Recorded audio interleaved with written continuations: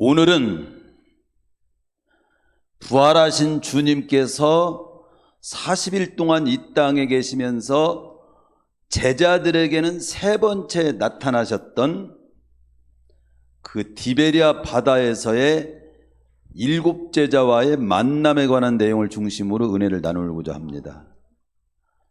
특별히 7 제자 중에 이제 베드로가 초점이 맞춰지고 있음을 볼 수 있습니다.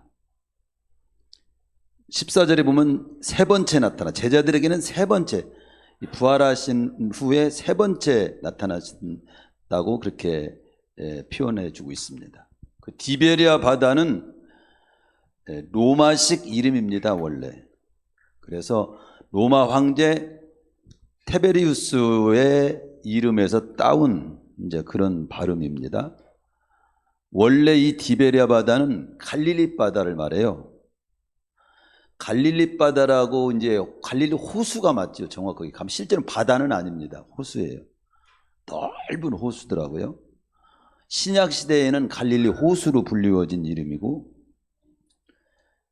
바다처럼 이렇게 넓기 때문에 이제 바다라고 불려지고, 이 디베랴는 우리 성경을 읽을 때 이제 긴네렛이라고도 표현하고 긴네롯이라고도 표현되어 있는 곳이 있습니다. 그럼 이 긴네렛이라고 하는 것은 악기 피파를 긴네렛이라고 그래요. 그 모양이 바로 피파처럼 생겼기 때문에 긴네렛 바다라 이렇게 부르기도 하고, 포로 귀환 이후에는 게네사렛 호수라고 이렇게 불려서 게네사렛이라고도 부르고, 그래서 디베랴, 갈릴리, 긴네렛, 게네사렛, 성경에 나오면 갈릴리로 이해하시면 되겠습니다. 오늘 본문에 보면 그 후에 사실은 20장 31절에 보면은 이 요한복음이 거의 끝난 것으로 이렇게 표현이 되는, 모든 것이 요한복음은 여기서 끝나도 될 수 있는 이제 그런 내용이 기록되어 있어요. 오직 이것을 기록함은 너희로 예수께서 하나님의 아들 그리스도이심을 믿게 하려 하며 또 너희로 믿고 그 이름을 힘입어 생명을 얻게 하려고 이렇게 요한복음이 기록이 됐다. 이제 끝날 수 있는 건데 21장이 다시금 우리에게 주어진 걸 볼 수 있습니다. 그 21장의 그 내용 속에 저는 한마디로 표현한다면, 이 모든 내용을 알고 난 후에 우리에게 주어질 삶이 있다면 그게 뭐냐면 사명이라고 저는 감동이 오고 깨달음이 왔습니다. 그래서 21장은 어떤 사명장이라고 저는 개인적으로 이렇게 보고 있습니다. 그래서 이 내용을 우리 오늘 부활하신 후에 그 40일 동안 우리 주님께서 계시면서 부활하신 모습을 보이시면서 그 우리 주님께서 우리에게 말씀하시고자 하시고 가르치시려고 하셨던 내용을 우리가 지금 살펴보면서 은혜를 나누고 있는데, 오늘 21장에서 특별히 어떤 내용이 바로 이 제자들에게 세 번째 나타나셨던 현장에서는 어떤 내용을 우리에게 보여주시려고 하는 것이며, 그 내용이 오늘 주님을 구주로 믿고 영접하면서 살아가는 나에게는 어떤 말씀으로 하시고자 하는 의미가 담겨져 있는가, 거기에 초점을 맞추고 말씀을 차근차근 잘 들으시기를 축원합니다. 먼저 그 후에 그렇게 나옵니다. 그 후에 예수께서 디베랴 호수에서 또 제자들에게 자기를 나타내셨다. 그럼 나타내신 일이 이러이러한 일이다. 그 후라고 하는 것은 어떤 때인가를 조금 한번 생각해 봅니다. 14절에서는 제자들에게는 이번이 세 번째라고 밝힙니다. 근데 세 번째, 첫 번째는 예루살렘에서 두려워 떨고 있었던 제자들에게 나타나서 부활하신 모습을 첫 번째 확실히 보여주시면서 두려워하지 말라. 부활을 확신하고 두려워하지 말라는 말씀을 첫 번째 주셨던 현장이 첫 번째 현장이고, 두 번째 제자들에게 나타냈을 때는 그 첫 번째 현장에 빠졌던 도마, 그 도마까지 다 모두 있을 때 11제자에게 나타나셔서 특별히 도마에게 초점을 맞춰가지고 부활하신 우리 주님의 모습을 만져보고 보이시면서 너는 나를 본구로 믿느냐? 보지 못하고 믿는 자는 복되도다는 말씀을 하시면서 믿음 없는 자가 되지 말고 믿는 자가 되라고 하는 그런 아주 중요한 메시지를 주신 거예요. 그리고 보지 못하고 믿는 자라고 하는 말 속에는 말씀의 근거에서만 예수님을 믿어도 구원은 효력이 있다라고 하는 어떤 의미가 들어있는 의미심장한 표현이기도 합니다. 우리는 보지 않고 말씀의 근거에서 기도도 믿고 있고 예수님의 구주되심도 믿고 있고 영생도 믿고 있고 천국도 믿습니다. 믿은 그대로 우리는 축복을 누리게 될 줄로 믿습니다. 오늘 본문은 제자들에게 세 번째 이렇게 나타나셔서 만나주신 이 본문 현장은 바로 그런 만남이 있은 후에 그 옛날에 그 예수님을 따르기 전에 고기잡이 하던 갈릴리로 시몬 베드로를 비롯해서 디두모라는 도마와 또 갈릴리 가나 사람 나다나엘과 세베대 아들 야고보와 요한 그리고 다른 제자 둘, 그래서 한 7명 정도, 빌립과 안드레, 다른 제자 둘은 빌립과 안드레를 추측합니다. 7제자가 다시금 고기 잡으러 간 건 사실이잖아요. 고기 잡으러 갔단 말이죠. 고기 잡으러 간 그때를 지금 그때를 의미하는 내용입니다. 갈릴리로 내려간 그들은 다시금 그 옛날에 하던 일로 돌아가서 그날 밤 그물을 밤새껏 내렸던 것 같아요. 그런데 한 마리도 잡지 못한 상태에서 초췌한 모습으로 새벽을 지금 맞고 있는 상황입니다. 이런 그들에게 부활하신 주님께서 나타나신 겁니다. 그 이런 상황 속에 우리 주님이 나타나신 그 갈릴리 호수는 말씀을 제가 신약성경을 이렇게 좀 더 폭넓게 보니까 그 자리가 어떤 자리냐면 그 옛날에 베드로가 처음 부름받았던 그 자리예요. 베드로가 밤새껏 고기를 이렇게 그물을 던졌는데 수고했는데 한 마리도 못 잡았던 누가복음 5장의 현장이더라고요. 근데 그곳에 우리 주님이 나타나셔가지고 베드로의 배를 빌려가지고 많은 무리를 가르치신 후에 다시금 베드로에게 배 빌려준 게 고마워서 하는 마음으로 깊은 데로 가서 다시금 한번 그물을 던져보라. 그런데 거기에는 그물이 찢어질 만큼 고기를 잡았다고 나오고, 거기에서 베드로가 고기 많이 잡힌 것에 대해서 막 흥분된 것이 아니라 이분이 대체 누군가, 그래서 거기서 나는 죄인이로소이다 고백을 하고 주님을 주님으로 알아보게 되는 거죠. 그리고 주님은 바로 그 베드로에게 네가 후에는 이제 사람을 낚는 어부가 되지, 사람을 취하게 되는 사람이 될 거다, 나를 따르라. 그래서 그때 베드로가 거기서부터 따르게 되는 거죠. 바로 그 현장과 똑같은 현장이에요. 그 현장에 우리 주님이 무슨 마음으로 이 부활하신 후에 세 번째 또 베드로를 부르셨던 그 현장에 또 베드로가 밤새껏 또 고기를 잡았는데 또 한 마리도 못 잡았던 그 현장에 거의 흡사한 똑같은 내용 상황 속에서 우리 주님이 또 나타나셨는가? 제자들의 당시의 상황은 이들이 부활하신 주님을 만난 경험은 지금 있지만 이제 주님은 이제 어떤 면에서는 안 보이고 지금 현실은 현실인 거예요. 그래서 현실의 상황 속에서 자기들이 앞으로 어떻게 살아가야 할지 방향을 딱 정립하지 못하고 어떤 있었던 그런 분위기를 느끼게 합니다. 그리고 그 옛날 해보던 일도 다시금 해보지만 한 마리도 잡지 못하고 빈 그물만 거두는, 어떤 면에서는 이런 내용들은 뉘앙스가 어떤 내용이냐면 현실은 굉장히 막막하기 그지없는 그런 상황이었어요. 어떤 면에서는 앞으로의 살아가야 될 삶의 상황에서 막연한 상황이에요. 조금 방황이 되는 상황입니다.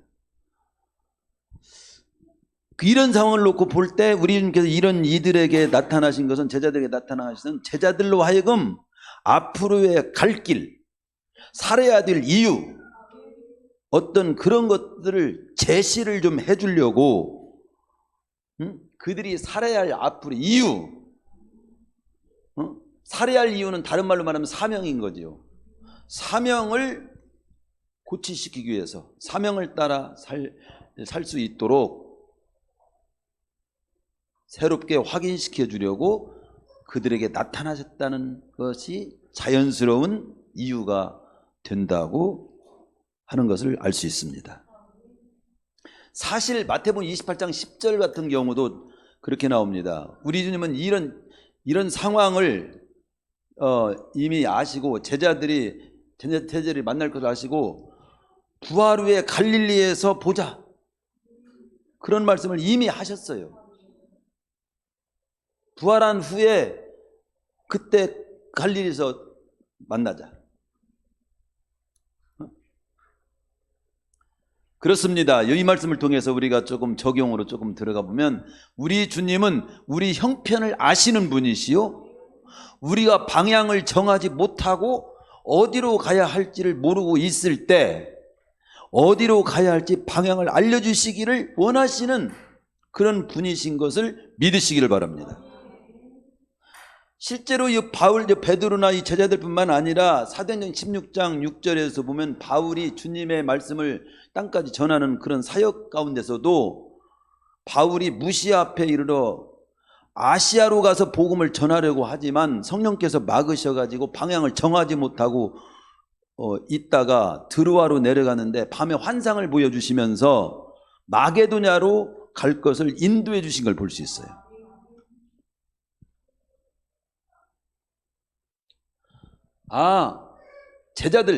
제자들의 앞길도 헤아리시고 어떻게 살 것인가를 알려주신 하나님, 그리고 그 후에 바울의 그 앞길도 그 사역 상황 속에서 앞길을 인도해 주신 그 주님, 오늘 나의 삶의 현장에서도 내가 어떻게 남은 생애를 살 것이고 어떻게 어느 방향으로 갈 것인가를 방황하는 우리에게 갈 길을 인도해 주시기를 원하시고 인도해 주시는 그런 주님이신 것을 믿으시기를 축원합니다. 그래서 그 주님으로부터 인도를 받기를 찾고 기도하고, 그래서 내 인생길을 주님의 기대하시는 그런 삶에 맞게 잘 갈 수 있기를 축원합니다. 그래서 우리 성도님들도 인생길을 가다가 어떻게 해야 될지 모르는 상황을 만나거들랑 주님께 기도하면서, 괜히 이렇게 돌아다니면서 그렇게 생각하지 말고, 돌아다니면서 갈 길 찾지 말고, 우리는 안 믿는 사람은 달라요. 우리는 주님께 기도하면서 앞길을 인도해 주시기를 이렇게 찾기를 바랍니다. 복음성에도 그런 찬양이 있잖아요. 나 아무것도 없어도 주님이 있고, 나 아무것 할 수 없으나 주 하시네. 나 무력해도 주는 강하시며, 나 모든 것 모르나 주는 다 하시네. 나 어두울 때 주빛 드시고. 그리고 그렇게 나오잖아요. 나 어디 가야 좋을지 모를 때 주 나의 길 되시네. 그런 찬양 가사, 그 부르기만 할 것이 아니라 정말 나 어디 가야 좋을지 모를 때 주 나의 길 되시는 분이요. 찬송가에도 나는 갈 길 모르나 주여 인도하소서, 어찌해야 좋을지 나를 인도하소서, 어찌해야 좋을지 나를 인도하소서. 이렇게 나의 상황을 아시고 나를 인도해 주시길 원하시는 그 주님을 찾으시고 그 주님께 기도로 이렇게 그 주님의 인도를 찾으면서 나아가면 주님의 그 인도를 여러분들이 받게 되는 체험을 하게 될 겁니다.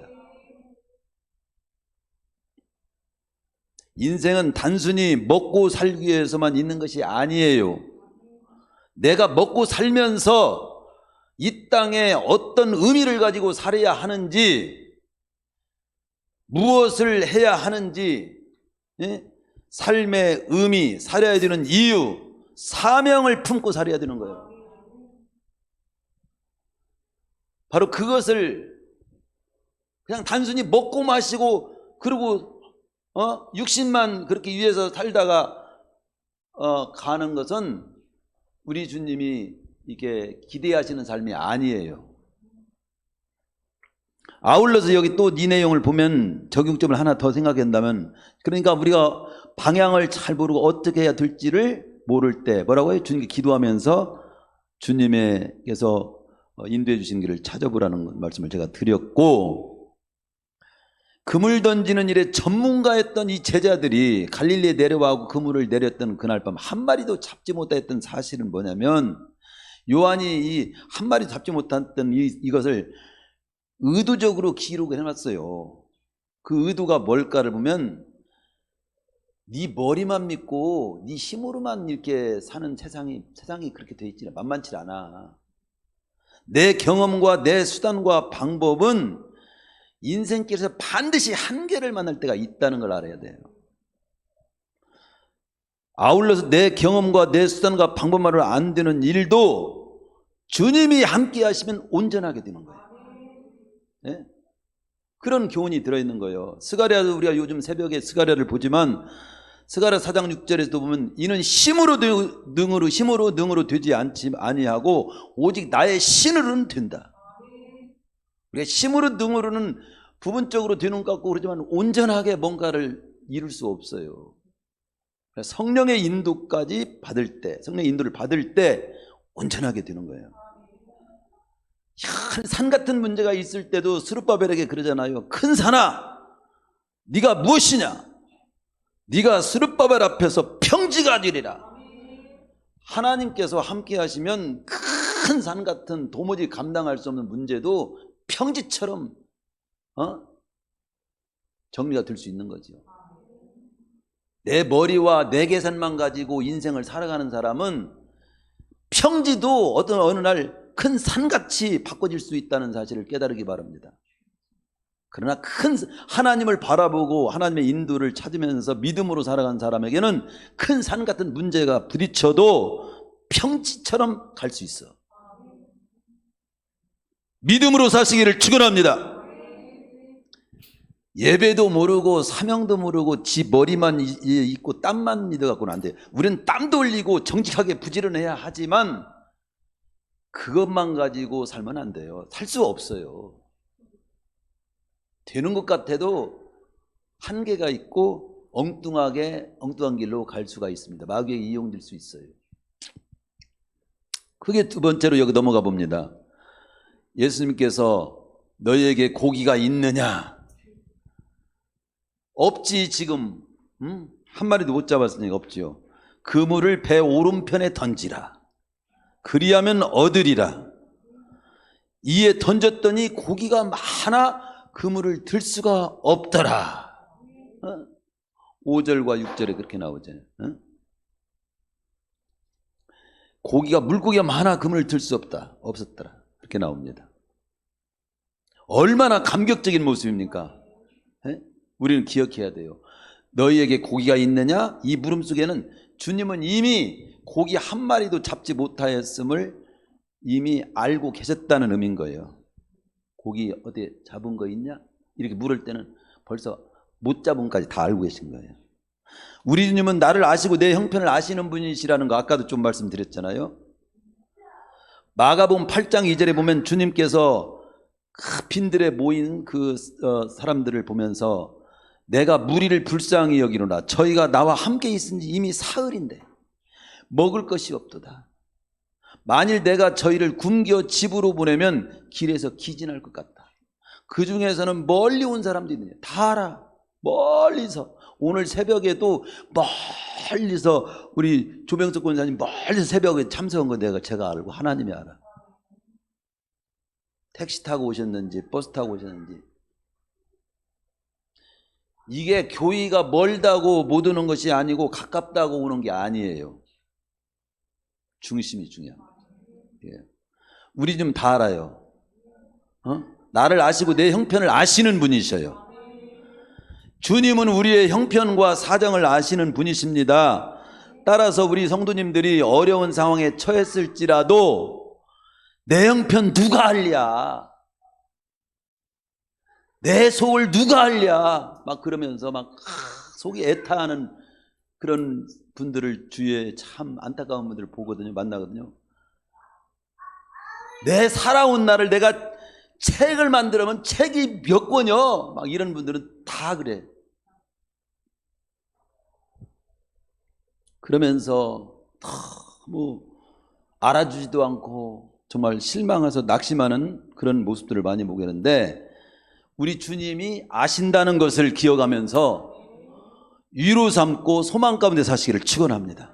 그래, 내 자식, 내 속에서 난 자식도 내 속을 몰라주고 내 마음을 몰라줄 수도 있어. 아니 같이 사는 남편도 아내도 시어머니도 아니 며느리도 모를 수도 있어. 아예 모를 수 있는 걸 인정을 해야 돼. 그걸 계속 모를 수 있는 걸 인정을 않고 계속 누가 알랴 누가 알려면 화병만 생겨. 빨리 파악을 해야지. 근데 우리는 어떻게 해야 돼요? 이미 알고, 그래 주님은 아셔. 주님은 아셔. 그래 작은성가 우리 부르잖아요. 아시지요. 아시지요. 아시지요. 주님만은 아시지요. 아시지요. 아시지요.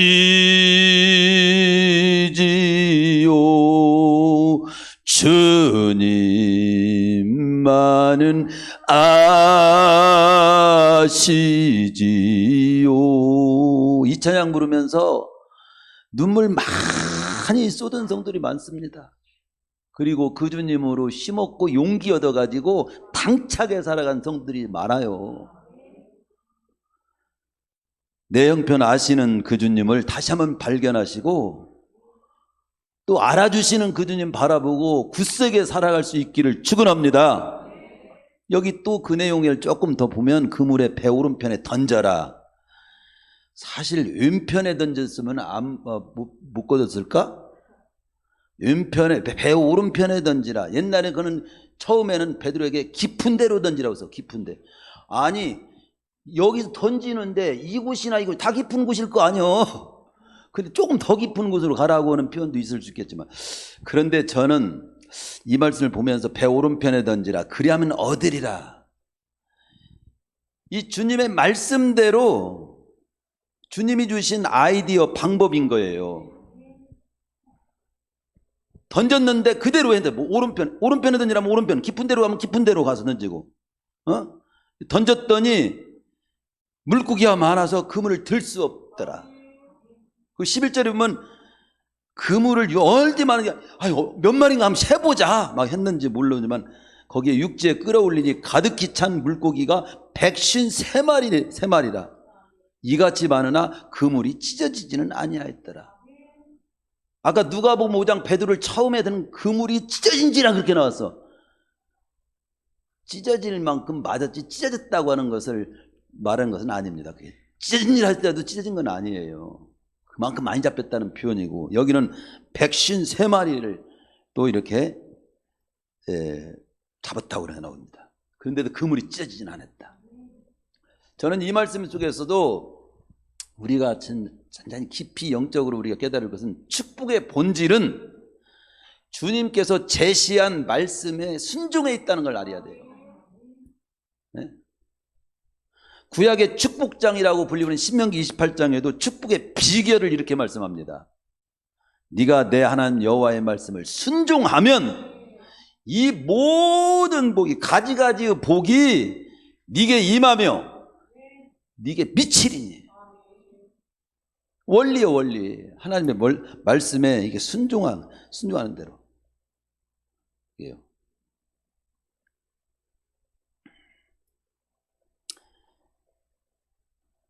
시편 1편에서도 복 있는 사람은 딴 게 아니다. 오직 여호와의 율법을 즐거워하며 그 율법을 주야로 묵상하는 자로다. 왜 그렇습니까? 복의 근원 되시는 그 하나님의 말씀이기 때문에 그 말씀대로 하면 복받게 돼 있어. 따라 성경을 살펴보면 모든 말씀의 순종에는 복이 다 약속되어 있더라고. 순종한 현장을 다 보세요. 순종하다가 망했다고 하는 구절이 있으면 나와봐. 한번 찾아와 봐봐. 한 구절도 없어. 예를 들어서 주일을 성수하는 자에게, 구약에서 주일을 성수 안식일을 지키는 성수한 자에게는 존귀와 축복이 이렇게 약속이 되어 있더라고요. 이사야 58장 13절 14절 만일 안식일에 이제 안식일을 지키면 내가 너를 땅의 높은 곳에 올리고 야곱의 업으로 기를, 야곱의 축복을 너도 받는다는 것이고 존귀하게 된다는 내용 아닙니까? 또 11조 드리는 거에 대해서 우리가 말라기 잘 알잖아요. 약속을 보면 11조를 하는 자에게는 복을 쌓을 곳이 없도록 붓겠다는 아주 그런 표현이 분명히 돼 있고, 붙지 아니하나 보라 막 이렇게 하고, 또 첫 열매를 드리는 자에게도 순종하면은 창고가 가득히 차고 넘치는 축복이 임한다고 잠언 3장 9절에 10절에 보면 그리하면 네 창고가 가득히 차고 네 집들의 새 포도주에 넘치리라. 기도도 마찬가지예요. 기도하라고 하는데 기도하라고 하는 그 말씀대로 순종하면 좋은 것으로 주시지 않겠느냐. 아버지께서 구하는 자에게 좋은 것 주시지 않겠느냐. 마태복음 7장 11절. 모든 말씀에 순종을 하면 거기에 다 축복이 다 관련이 돼 있어. 그걸 특성을 제가 발견해 봤습니다. 전도하는 자에게도 전도하라고 하는 말씀에 순종하고 전도를 영원 사람 마음을 가지고 그렇게 하면 하나님께서 함께하는 축복과 하늘의 그 이름을 기록하여 별과 같이 영원토록 비추게 하겠다고 축복이 약속이 되어 있어. 다니엘 12장 3절이라든가 마태복음 28장 보면 세상 끝날까지 함께하리라 그런 약속도 있고, 하늘의 별과 같이 영원토록 비추게 되겠다. 다니엘서에 그렇게 말씀이 약속되어 있는 걸 볼 수 있습니다. 그리고 여기 보면요, 그물을 밤새껏 내렸고 그러나 한 마리도 잡지 못한 상태 초췌한 모습으로 새벽을 맞고 있는 이 제자들에게 본문을 보면 주님께서 직접 고기를 갖다 그냥 쏟아부어 주시질 않고 고기 잡는 방법을 말씀하잖아. 오른편에 던져봐. 그러면 얻으리라. 던졌더니 고기가 많아서 그물 들 수가 없더라. 이걸 조금 우리의 삶 속으로 좁으면요, 오늘날도 우리가 기도하면 주님께서 우리 생각을, 방법을 주시고 아이디어를 주십니다. 기도에서 주어진 아이디어와 방법이 그게 축복이요. 그 방법과 아이디어를 가지고 사는 거예요. 우리는 주님께서 말씀하신 방법에 순종으로 내어드려서 우리 성도님들 축복을 거두는 체험을 하시기를 축원합니다. 모든 위대한 일은, 모든 성공한 일은 처음에는 좋은 작은 아이디어로 시작된 거예요.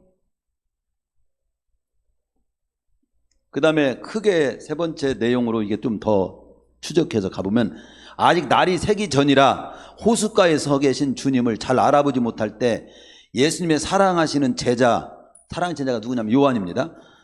요한이 주님을 제일 먼저 알아봤어. 이걸 보면서 사랑하는 자가 최고 먼저 알아봐. 사랑하는 자.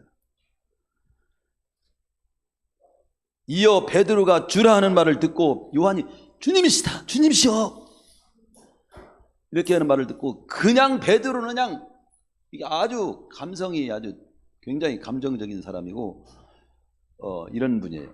그냥 바다로 뛰어들었어.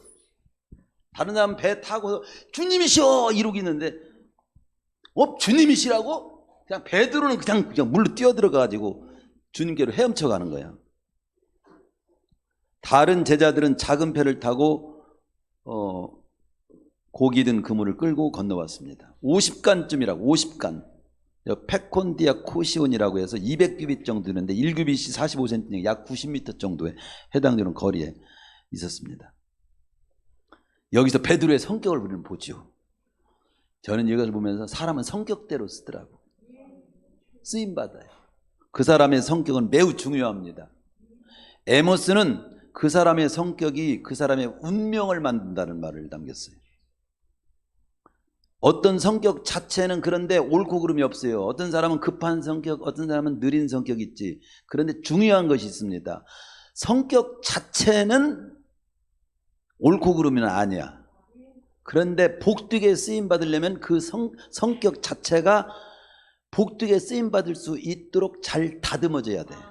그건 똑같아요. 어느 쪽 성격이든지.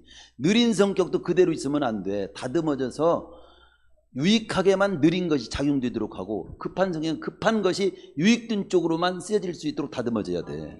그래야 유익된 것이, 그 급한 성격 자체가 뭐 다 A형 있고 B형 있고 뭐 AB형 있고 O형 있고 있어도 다 형질이 다 다르지만 그 형질 그대로 있으면 안 돼요. 그걸 잘 다듬어져야 돼요. 다듬어지지 않은 성격은 삶을 실패케 합니다. 베드로가 다듬어지기 전에는 실패의 연속이었어요.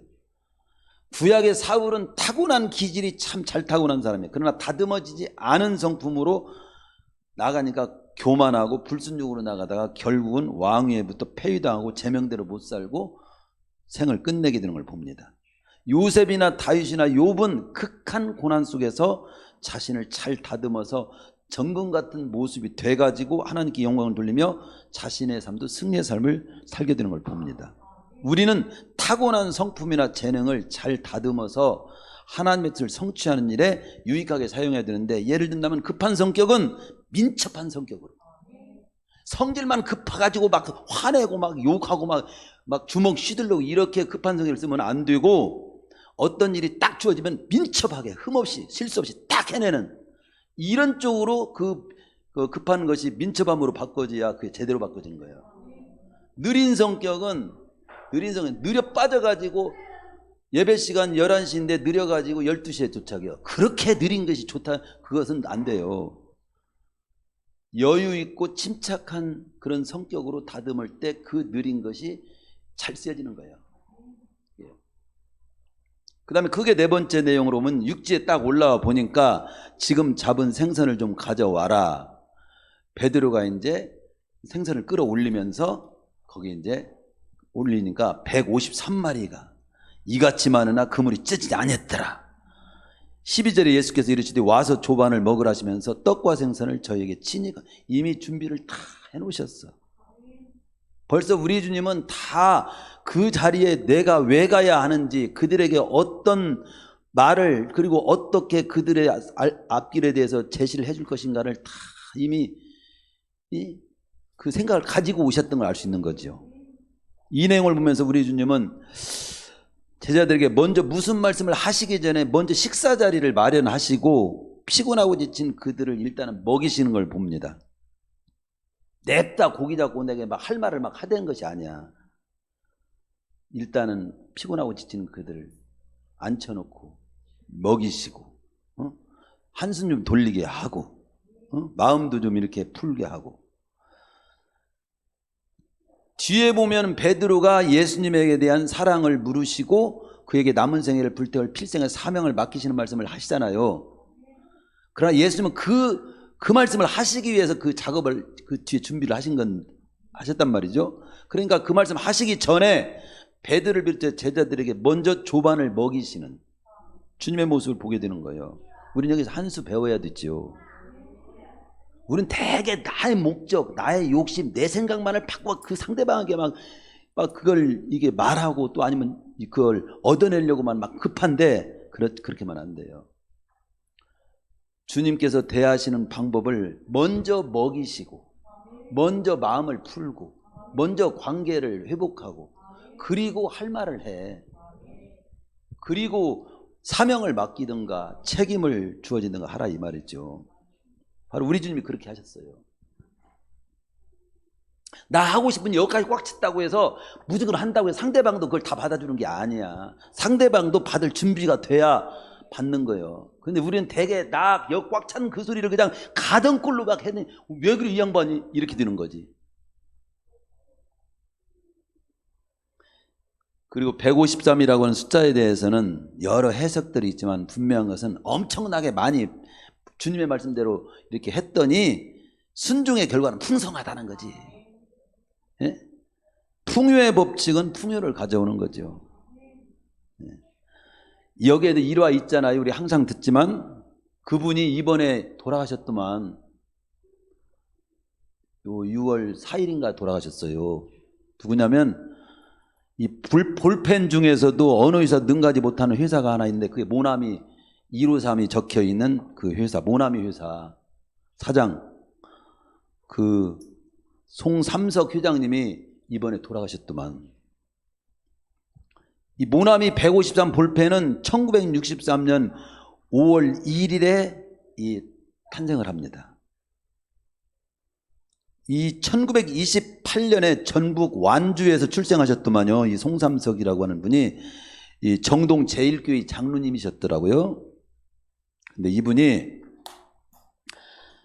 당시 생산할 수 있는 공장도 기술도 없던 상황에서 송삼석 회장님이 직접 이름을 붙인 건데 세 가지 의미로 이름을 붙였다. 153을 갖다가 여기 이 말씀을 보다가 어떻게 이 회사를 갖다가 어떻게 거느리고 회사 이름을 어떻게 할 것인가라고 하는 걸 이렇게 기도하고 고민하는 가운데 찾고 있었는데 목사님께서 이 말씀을 설교 말씀을 하셨어. 근데 주님의 말씀대로 순종했더니 그물이 찢어질 만큼 잡았다. 이것이 막 확 마음에 감동이 탁 돼가지고 내가 이제부터 주님의 지시 따라서 주님의 말씀에 순종함으로 내 사업을 하겠다. 이 결단을 내린 거야. 그리고 볼펜 사업을 이제 그걸 시작하게 된 건데 그때가 1963년 5월 1일이에요. 그런 의미로 이 볼펜의 153이라고 하는 것을 써서 이제 그 볼펜이 나온 겁니다. 그게 50년 동안 뭐 몇 자루를 팔았는가 나오는데 그 얼마나 많이 팔았냐면 그 볼펜을 갖다 줄로 세워주면 지구를 12바퀴 돌고도 남을 만큼 팔았대. 지금도 볼펜계에서 45%가 이분의 볼펜이 장악하고 있어요. 예. 제일 중요한 것은 주님의 말씀대로 순종하면 된다. 이것을 딱 가슴에 새겼다고 하는 것이 최고 제가 볼 때는 이분의 간증과 모습에서 우리가 본받을 모습이라고 생각이 되고 그러나 이거 의미는 또 이제 또 여러 가지 의미는 갖고 있더라고요. 한국 사람이 좋아하는 이렇게 뭐 나는 화투를 잘 몰라서 모르는데 가보, 아홉 이런 것이 굉장히 좋은 뜻이라면서요. 저는 미나투도 몰라요. 저는 아예 아버지 때문에 아주 딱 나는 화투는 손도 만지지 않는다. 초등학교 때 결심해서 저는 술 아버지 보고 성경에 술 먹지 말라는 걸 이기 전에 이미 감동으로 아버지 보고 난 술 안 먹는다. 그 두 가지는 화투하고 술, 노름하고 술은 안 한다. 하고 전 미나투 아예 쳐다보지도 않아요. 거기 찌우거리지도 않아요. 명절날 놀아도 난 보지도 않아요. 목사 안 됐어도 나는 그랬을 거예요. 근데 어쨌든 아홉이라고 하는 좋은 뜻도 있고 그 1, 5, 3을 붙으면 아홉이잖아요. 또 그 당시 그 볼펜 하나를 얼마로 팔을 거냐 할 때 15원. 그 15, 1, 5, 3을 때 15원. 뒤에 그 3은 세 번째 그게 제품이래요. 그렇게 해서 했는데 지금 엄청나게 뭐라고 할까요? 문구류의 그 사업을 대성했잖아요. 우리는 딴 건 그만두고 하나님의 말씀에 순종하고 사업을 하나님의 말씀에 인도 따라 하나님의 원리 따라 하면 하나님이 축복해 준다. 이건 변함이 없어. 지금도. 그리고 또 한 가지 보면은 이같이 많이 잡았으나 그물이 찢어지지 아니하였다. 이런 표현도 저는 그냥 넘기고 싶지 않아. 이건 무슨 말이냐면요. 축복 받는 것도 좋아. 잡기는 잡아서 그물이 찢어져 갖고 다 놓쳤어. 우리 낚시질하다 보면 그전에 한번 우리 낚시를 저는 좋아하지도 않고 그렇지만 낚시하는 옆에서 보면 낚시 잡아서 막 팔랑팔랑 막 뛰어가서 근데 톡 떨어졌어. 그냥 잡았는데 놓치니까 아이고 막 이러면서 안타까워하는 모습을 이렇게 봅니다. 즉 뭐냐면 축복도 받는 것 중요하지만 지키는 게 중요해요. 지키는 게. 많이 잡았지만 그물이 찢어지지 않았다. 이게 받게 되는 축복이 찢어지지 않기를 축원합니다. 시편 121편 1절에 이런 그런 내용이 있어요. 여호와께서 집을 세우지 아니하시면 세우는 자의 수고가 헛되며 여호와께서 성을 지키지 아니하시면 파수꾼에 깨어 있음이 헛되도다고. 하나님께서 지켜줘야 돼. 여러분 돈 버는 것도 앞으로 버는데 싹 나가면 안 되잖아. 엉뚱하게 그냥 사기 당하고 그러면 안 되잖아. 하나님이 지켜줘야 돼. 이게 만사는 다 믿음으로 해야 돼. 믿음으로.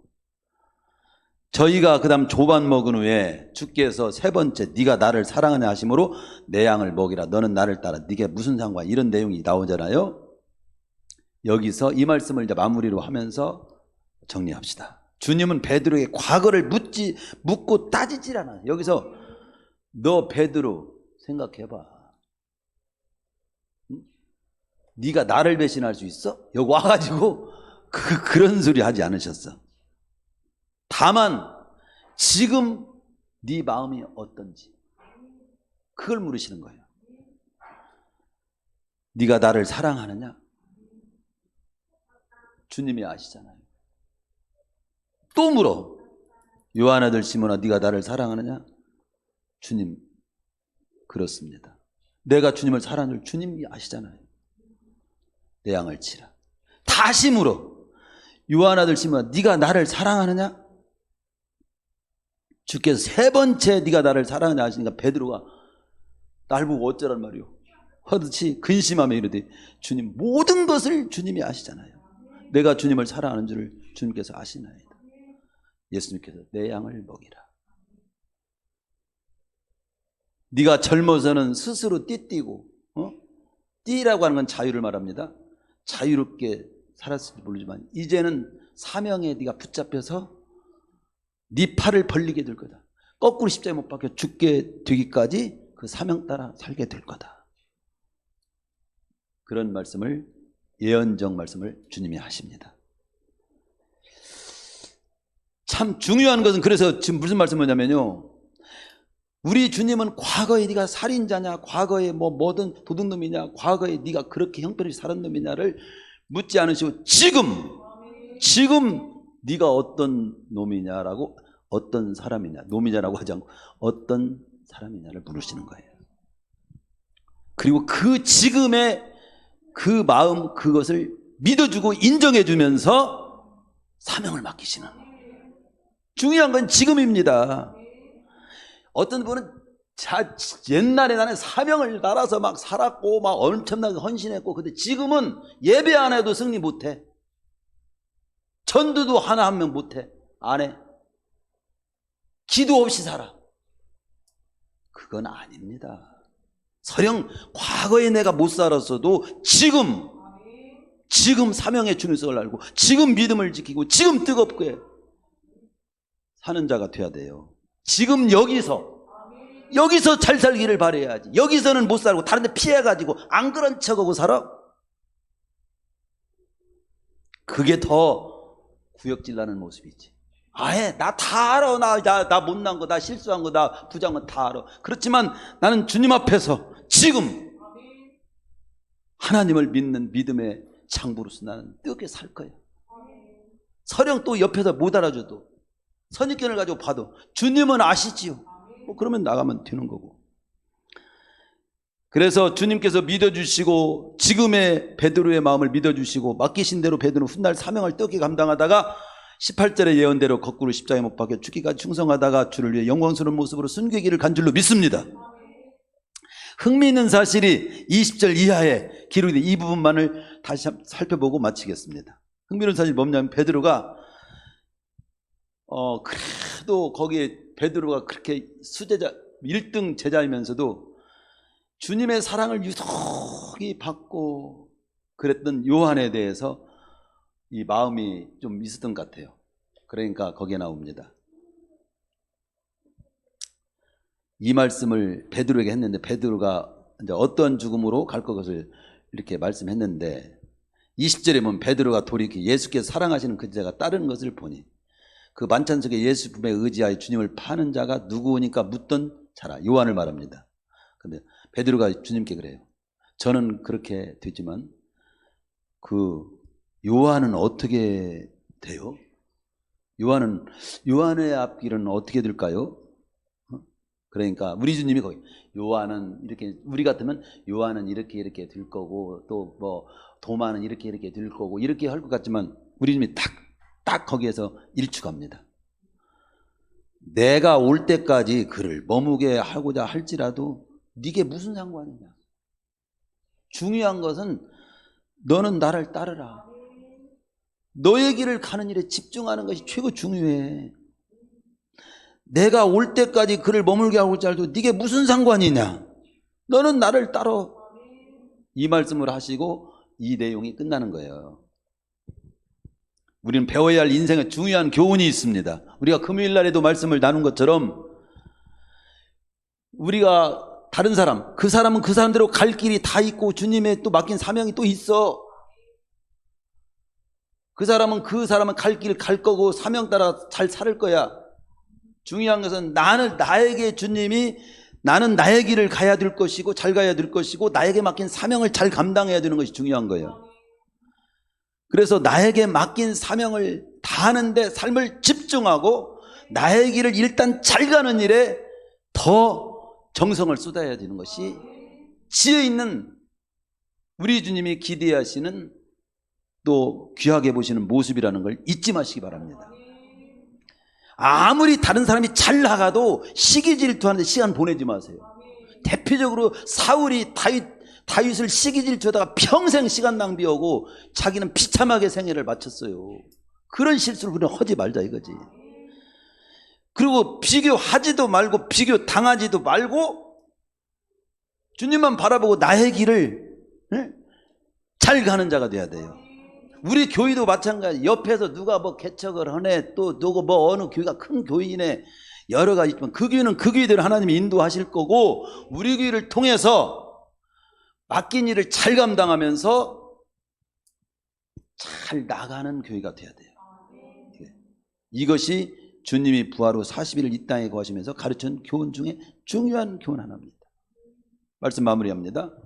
고기 잡던 옛날 일로 돌아갔지만 고기 한 마리 잡지 못하고 초췌해진 일곱 제자에게 부활하신 주님께서 다시 나타나신 것은 부활하신 주님을 만난 경험은 있지만 어려운 현실 앞에 있는 그들을 위로하고 앞으로 어떻게 살아가야 할지 방향을 정하지 못하는 그들에게 앞으로의 갈 길을 제시해 주시고자 함이었다. 네가 나를 사랑하느냐? 네 어린 양을 먹이라. 내 양을 치라. 내 양을 먹이라.